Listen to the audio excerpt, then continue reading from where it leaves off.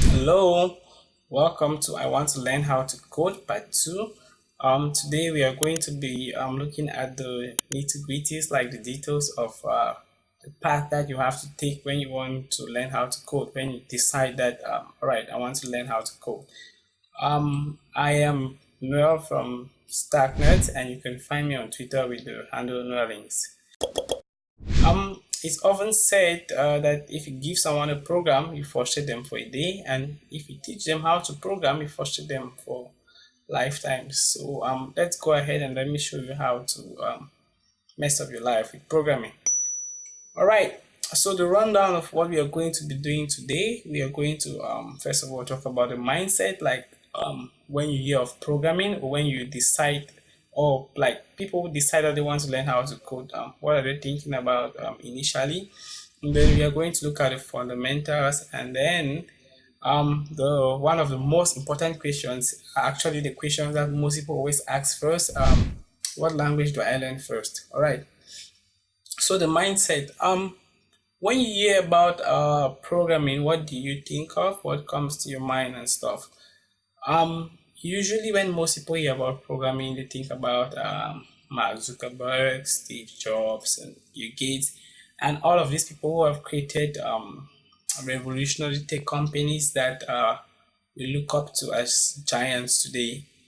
But what if I told you Mark Zuckerberg is not a big name in programming, or Steve Jobs doesn't really know anything about technology?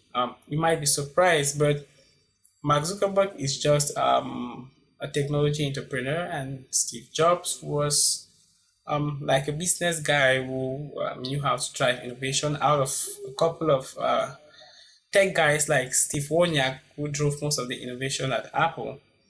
Bill Gates, yeah, he was a programmer, but this is just one of the few exceptions.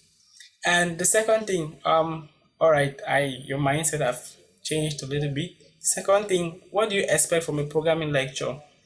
Usually, when people hear about programming, since they think about figures like Mark Zuckerberg, Bill Gates, and stuff, they usually think that they'll be learning how to probably build apps like Facebook, or just do something that will become big and change the world. Like their expectations are a little bit different from what programming or from what teaching programming actually looks like. And so actually, what is programming? When we want to teach programming, what are we talking about? Actually, I would say, oh, that is the actuality. Programming is some part of computer science. Programming is not computer science, but actually, when we talk about programming, we are referring to a part of computer science. And for us to like get into programming, we need to get certain fundamentals. What and we need to like consider a lot of things. What comprises the basics? Like what is the foundation for us to continue to learn programming? So there is a website called teachyourselfcomputerscience.com, and there's this quote I took from there. It says, if you are a self-taught engineer or a bootcamp grad, you owe it to yourself to learn computer science. Thankfully, you can give yourself a world-class computer science education without investing years and a small fortune in a degree program. What does this really mean?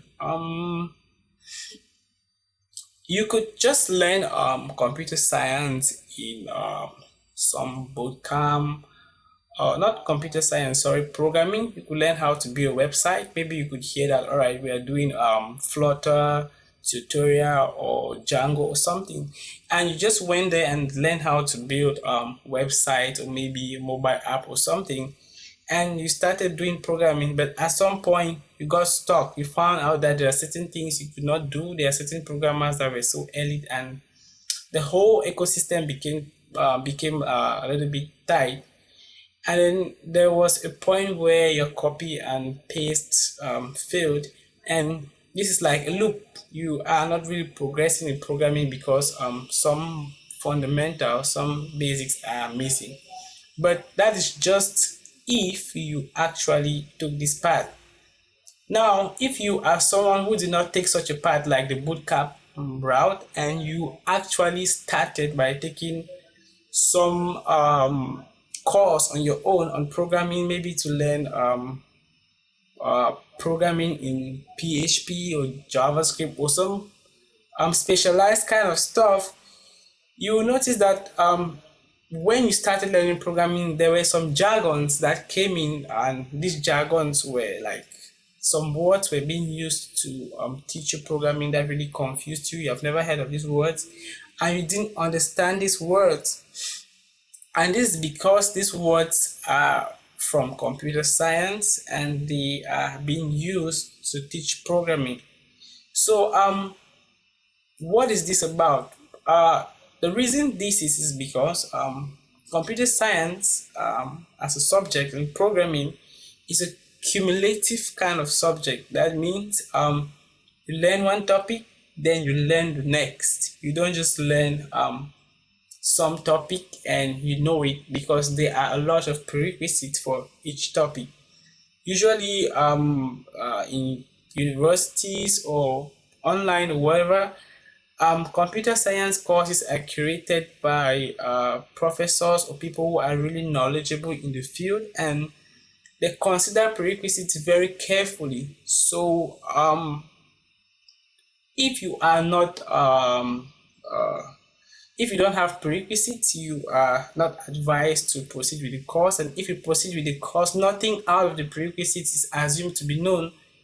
So careful attention is usually paid when designing the curriculum of this kind of course.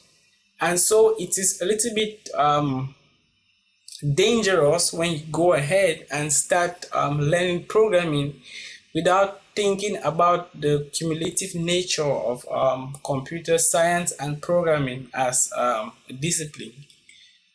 For example, if you start learning programming, one thing that might easily come up, or one of the very first things that will come up in any language, is talking about what a variable is. So what is a variable, for example?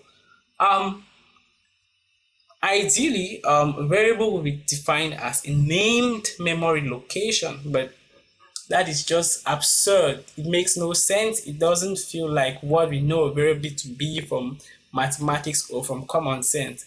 But it makes sense to someone who understands the fundamental of computer science, because we are talking about the RAM and certain memory cells in the RAM that are named to be referred to as a variable. And that is just what a variable is. But you might not understand because you don't know this, and this is just a fundamental kind of stuff that is taught in computer science before you ever maybe get into some kind of programming course. You would have learned about memory and stuffs. So when they mention memory locations and say they are named and stuff like that, you don't get a lot confused. You might just have a few questions that can easily be cleared out. But usually without this kind of base, you can completely have an abstract view of variables that can that might work to allow you to proceed with the course, but can get a little bit scary, or might not work when you want to do more complex things. Another example is something like recursion. There are some people who have no idea how recursion works. They don't know what it is in essence, but they just feel like it works like magic. This is because they don't have a base in things like algorithms, and a lot of foundations are just missing. So having considered that, we have to like learn computer science first, the fundamentals, and consider these things before we decide to learn programming. We don't just like go ahead and start learning programming without actually getting the fundamentals. It's not like learning the whole of computer science, because computer science is different from programming. But if you get the fundamentals, it's enough. You can then decide to start talking about the question of what programming language do I learn first. So you don't so right now the question of what programming language do I learn first comes like second after you have already had some fundamentals in computer science.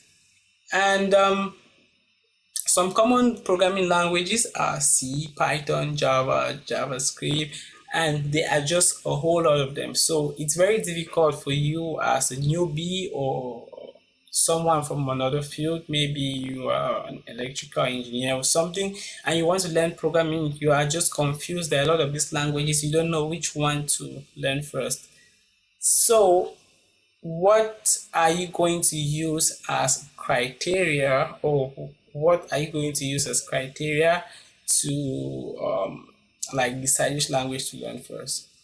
Usually when designing programming courses and stuff, the most popular language that is used to teach programming these days is Python. And the reason why it is chosen is because it's very simple. But rather, in this lecture or whatever, um I would not go with Python as the most basic recommendation if you want to start learning programming. The criteria I choose to use, the criteria I choose to use is the generality of the language. Is it a general purpose language? Yes, of course, Python is a general purpose language. How close is it to computer architecture, and is it human friendly? That means can human beings easily work with this language? If those two things are true, then or these three things, you can this language could be a good fit for beginning programming with. Um, let's look at a review of languages. When we look at a language like C, C is the closest high-level programming language to machine language, and it has a lot of constructs that allow us to really look at problems from the way computers look at it. If you really want to understand how problems are modeled from the perspective of the computer, then learning C is a good choice as a starting programming language.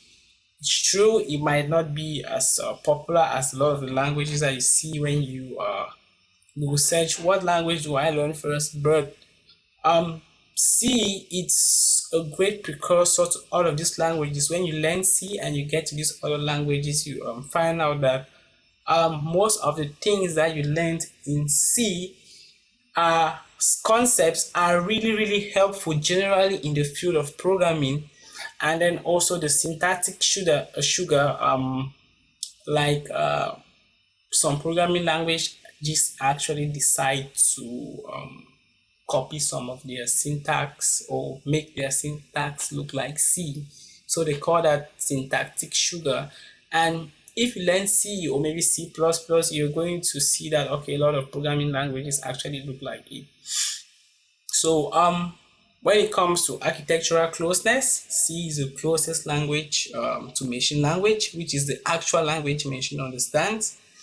When it comes to being a high level language, yeah, it's a language that people can easily work with, and it's a general purpose language. So C is like the perfect language to start learning how to code with if you decide to go via the route of computer science, because there's another route I recommend for a different category of people. People just want to get into specialized. Maybe you just want to become, yeah, I just want to learn how to make apps. I don't really care to want to know how the processor works or understand anything about computer science. I just want to be very specific, and even if I mix out some things here, I made an app. Well, we'll get to that. But for now, for those who are interested in really, really getting their hands dirty, C is the way to go.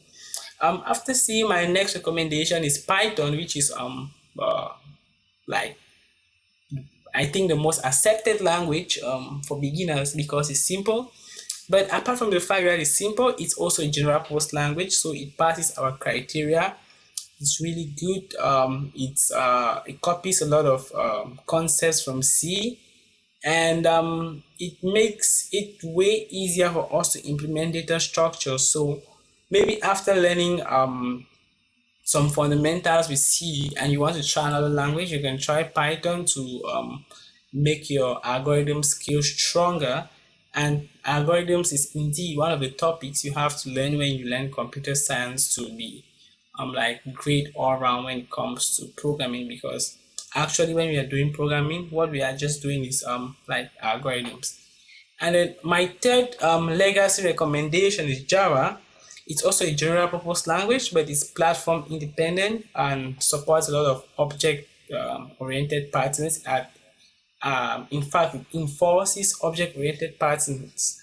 Java looks a lot like C plus plus, but it has fewer low level facilities, which helps hide the underlying architecture of the computer. So, of course, if you have already learned C, it means you already understand the architecture of the computer from the perspective of the programming language. And now you want to learn how this architecture is hidden and stuff like that. We call this in computer science abstraction. So Java could be a really, really nice language to learn after learning C, because it's going to help you understand how the concepts of abstraction work. Um, One thing I want to mention is that bringing the market demand of a language as an argument for why learners should learn it first is not a sound argument. So, because there is no rule preventing learners from moving to on-demand languages after concretizing their learning foundations. Strong foundations allow learners to navigate flexibly across market demands. So, there's really no need for someone to say, JavaScript is a very popular language now. Many companies use it. Blah blah blah. This is why you must learn it first. No, there's no rule that says if you learn C first, you can learn JavaScript. Or if you learn the kind of language that is pedagogically more suitable for you to learn programming, it doesn't mean you cannot pick up another language that is an on-demand language or language that's ringing in the market. Of course, the reason why we recommend languages like C and learning the fundamentals of computer science is so that you should easily be able to navigate amongst the market demands, or if you're in the industry you're employed and the changes in your company are fast, or you're moving from one job to another, maybe you're a freelancer or something, you can like just easily pick up new languages and tools because you have these foundations already. But nevertheless, to move with the tides, some really, really attractive programming languages that are making a lot of noise these days in the market include Golang, language from Google, which is statically typed, and it is a lot like C. I actually recommended it first in moving with the tides, because even though it's just a popular language that came and people are like saying learn it because it's on demand and stuff like that, it's very powerful and it's very C-like. Just that it has fewer low level facilities than C, which is not a problem because obviously maybe you would have already learned some fundamental C. And make no mistake, I'm not asking you to become an expert in C.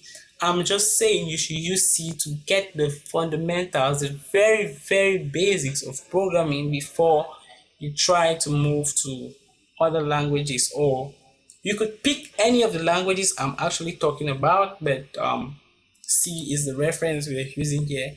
The next language is Ruby, an interpreted high-level language, and it's good because it's a general purpose language, and the user or the founder or the creator of it, Matt Musumoto, he said he made it because he was looking for a scripting language which was really, really object oriented or had real object oriented facilities. And according to him, Python's object-oriented models did not really look like real object-orientedness. It looked like plugins, so he decided to make Ruby.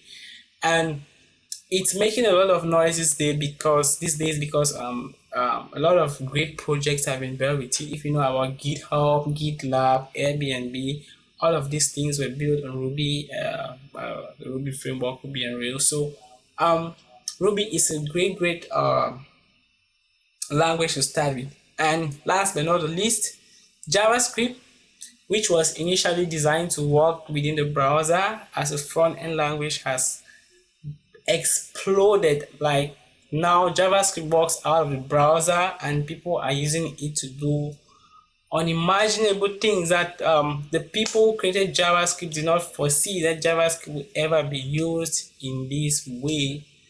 JavaScript is a very useful language. It's powerful and you can use it to do a lot of stuff. True, but I don't recommend it as a first learn because it fails our criteria. The first of which being is it's not general purpose. It's very abstracted. So generally, even though it's here, I put it in the moving it with the tight section. If you really just want to, all right, ignore, I'm not learning C and stuff, I want to learn what's trending, yeah, you can learn it, but my honest recommendation is that even though JavaScript is a great language that today, if you want to pick one of the top languages in the market to learn, you should learn JavaScript. It doesn't mean that you should start by learning programming with JavaScript.